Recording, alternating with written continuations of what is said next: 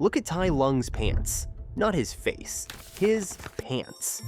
Because that piece of cloth is the only thing left in the entire franchise from the parents who abandoned him. And Kung Fu Panda is quietly wearing his whole tragedy right there on screen, in every single fight.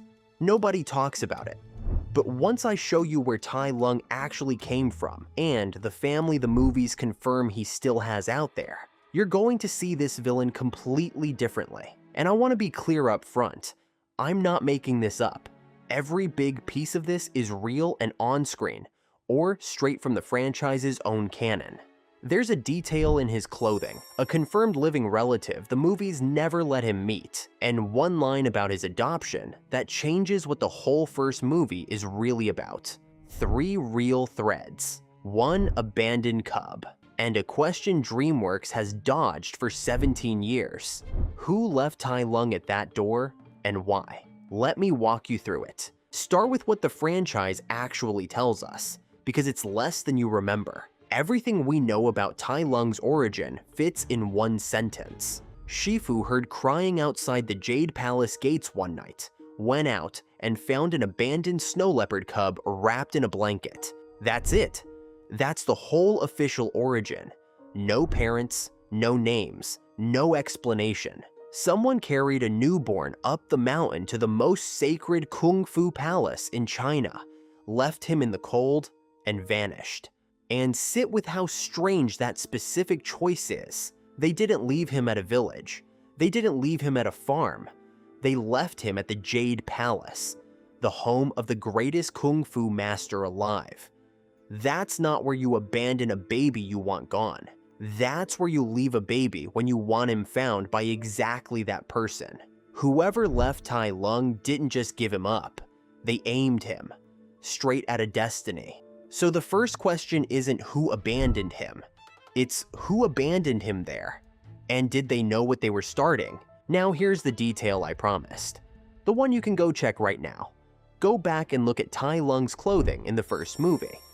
Those patterned pants he wears, the fabric, the pattern, it's the exact same cloth as the blanket Shifu found him wrapped in as a baby. This is confirmed in the franchise's own material. The swaddling cloth his parents left him in was made into the clothes he wore for the rest of his life. Think about what that actually means. Tai Lung had nothing from his birth parents, no name they gave him. Tai Lung was Shifu's name for him. No face, no story, one blanket. And instead of throwing it away, he kept it. He wore it into his training, into his rage, into 20 years in a prison so deep they wrapped him in bronze, into his final fight with Po, the one object connecting him to the family that left him. He never once took it off. That's not a costume choice. That's the whole character in a piece of fabric. A man everyone remembers as a monster spent his entire life wrapped in the last trace of the parents who didn't want him. The movie is telling you silently that underneath the rage was a kid who never stopped carrying the question, why did you leave me? And here's the darker red. Maybe he didn't keep it out of love. Maybe he kept it as a wound, a reminder of the first rejection, the one that started all the others. Because the story of Tai Lung is the story of a boy rejected over and over by his birth parents, then by Oogway, then by Shifu's silence. The blanket is where the first rejection lives. He wore his oldest scar as armor. Now the thread almost no casual fan knows about. And this is where Abandoned Orphan stops being the whole story. Because the franchise quietly confirms Tai Lung is not the last of his family. There's a character named Peng, a young snow leopard, a Kung Fu prodigy, introduced in the Kung Fu Panda series. And canonically, Peng is Tai Lung's nephew, which means somewhere out there, Tai Lung had a sibling, a brother or a sister, someone who lived, who grew up, who had a child of their own. Stop and let that reframe everything. Tai Lung wasn't a one-off baby left at a door. He came from a family with at least one other child who wasn't abandoned at the Jade Palace. So why him? Why was Tai Lung the one carried up the mountain and left in the cold, while his siblings stayed and lived a whole life? Was he given away because he was different? Because someone saw something in him, the same darkness Oogway would later see, before he could even walk? Or was he taken, separated from a family that never chose to lose him at all? The franchise never answers it, but it planted the evidence that the answer exists. Tai Lung has blood out there, a bloodline that continued without him, and he died, twice now, across the movies, never knowing his own nephew was carrying on the family's kung fu legacy, while Tai Lung's name was remembered only as a villain's. Here's where the origin mystery collides with the thing that actually broke him. We always say Shifu adopted Tai Lung out of love, and that's true. The franchise is explicit that Shifu found him, named him, and loved him like no other, raised him as his own son. But look at what that love was pointed at. Shifu didn't just raise a son. The moment that cub showed talent, Shifu decided what he was for.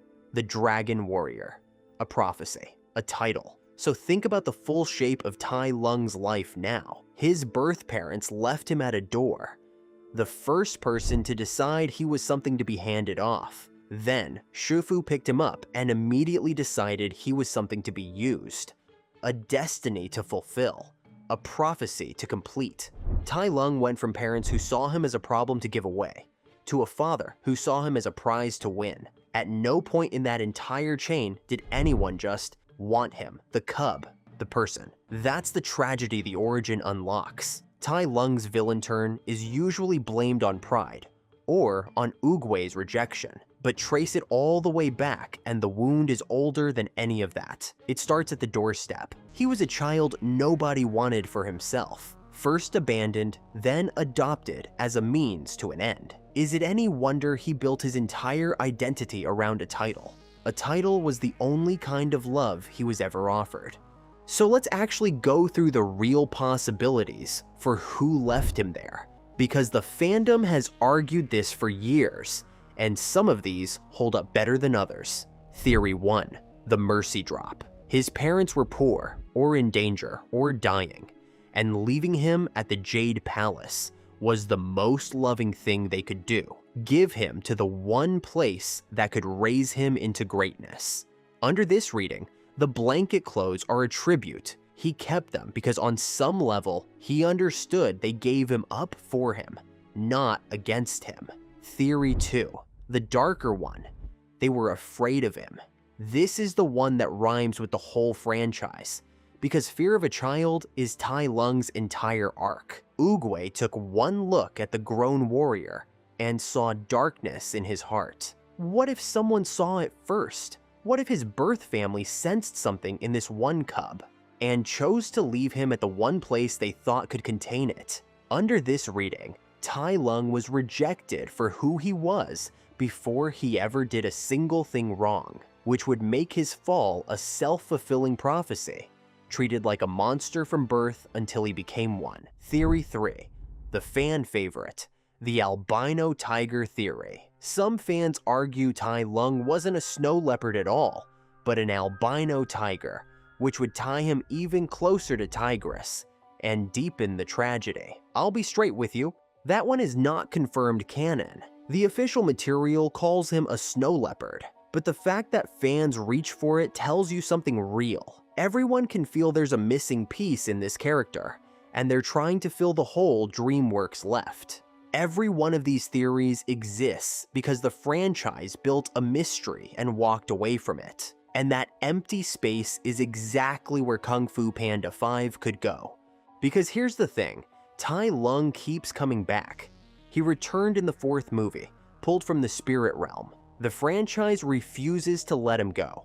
He's the villain they keep reaching for. And a franchise that keeps resurrecting a character is a franchise that isn't done with him. So imagine the story that's just sitting there, unwritten. Peng, the nephew, the living bloodline, never met his infamous uncle. What happens if a future film finally connects them? A young snow leopard discovering that the greatest villain in Kung Fu history was his own family. Or A story that finally goes back to that doorstep and answers the question, who climbed that mountain and why? The pieces are all on the board. The blanket, the sibling, the nephew, the spirit realm that keeps handing Tai Lung back to us. DreamWorks left a loaded gun on the mantle 17 years ago. Tai Lung's origin is the biggest unanswered question in the whole franchise, and it's connected to a living character they've already introduced. That's not a loose end. That's a setup. Now, let me argue the other side, because I might be building a cathedral out of a costume. Here's the skeptical red. The matching pants are just an animation detail, a nice touch by the designers, not a secret about his soul. The abandoned at the palace thing is just a classic orphan hero origin, the same one 100 stories use, and it doesn't need a deeper why. And Peng being his nephew, that's from the TV series, which the movies mostly ignore. So maybe it's not the deep bloodline mystery I'm making it, just a fun side character connection that film canon never intends to touch. And honestly, that's fair. Maybe Tai Lung's origin is blank on purpose. Maybe he works better as a mystery, a villain who could be anyone's abandoned child, and answering it would only shrink him. But here's why I still think the question matters. Even if DreamWorks never planned an answer, they planted every piece of the question. The deliberate doorstep, the kept blanket, the living nephew. Whether they meant to or not, they built a hole in this character shaped exactly like a family, and a hole that specific is almost begging to be filled. So here's where I land. Tai Lung, the villain everyone remembers as pure pride and rage, was an abandoned cub who wore his birth parents' blanket into every fight of his life, who had a family out there he never knew, and who was wanted by everyone as a tool and by no one as a son. The origin doesn't excuse what he did, but it explains where the crack started, and it started at that door. Now I genuinely want your take, because this one splits people hard. Why do you think Tai Lung was left at the Jade Palace? Was it mercy, a family giving him the best life they could? Or was it fear, a family that sensed the darkness and ran from it? Drop mercy or fear in the comments and tell me why. I'm going to be in there replying for the first hour this goes live, so come argue with me. And the question I actually can't shake: if Tai Lung had ever found out he had a nephew, that his blood lived on, that he wasn't as alone as he thought, do you think it would have saved him? Or was he too far gone the moment that blanket touched the cold stone? Tell me, because I go back and forth on it every time. If you want to see how the other abandoned child Shifu raised turned out, the one who got the opposite of Tai Lung's problem, that's the Tigress story, and it pairs perfectly with this one. It's right there. Hit subscribe because we are nowhere near done with the Valley of Peace. See you in the next one.